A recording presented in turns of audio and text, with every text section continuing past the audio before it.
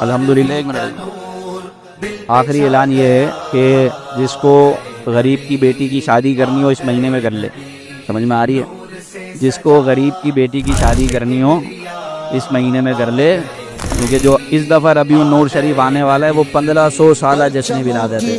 سبحان اللہ. یہ ہوتا نا بھائی غریب کی بیٹی کی شادی کر دو، اتنا خرچہ کر رہے ہو میلاد پر، تو اس دفعہ تو میلاد دھوم دھام سے منانی ہے انشاءاللہ. کیونکہ اس مرتبہ کا جو میلاد ہے جو ربیع النور شریف ہے وہ 1500 سالہ جشن ولادت ہے. جب صدیق اکبر کا دن منانا محبت ہے، جب فاروق اعظم کا دن منایا جاتا ہے تو نبی کا دن کیوں نہ منائے؟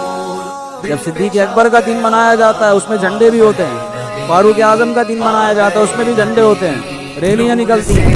جب ان کا دن منانا محبت ہے تو نبی کا دن منانا محبت کیوں نہیں ہے؟ اور یہ دن تو اس دفعہ دھوم دھام سے منانا ہے کہ اس سال جو جشن ولادت آ رہا ہے وہ 1500 سالہ جشن ولادت ہے.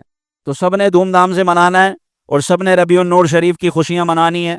اور ابھی سے درود پاک پڑھنا شروع کریں، ابھی سے نمازیں پڑھنا شروع کر دیں.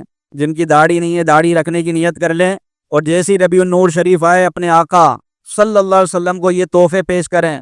کوئی نمازوں کا تحفہ پیش کرے، کوئی درود پاک کا تحفہ پیش کرے، کوئی داڑھی کا تحفہ پیش کرے. اس طرح بھی آپ جشن ولادت منا سکتے ہیں. تو اس سال انشاءاللہ دھوم دھام سے جشن ولادت منائیں گے، کیونکہ یہ آنے والا جشن ولادت 1500 سالہ جشن ولادت ہے. اللہ پاک ہمیں جشن ولادت کی خوشیاں نصیب فرمائے.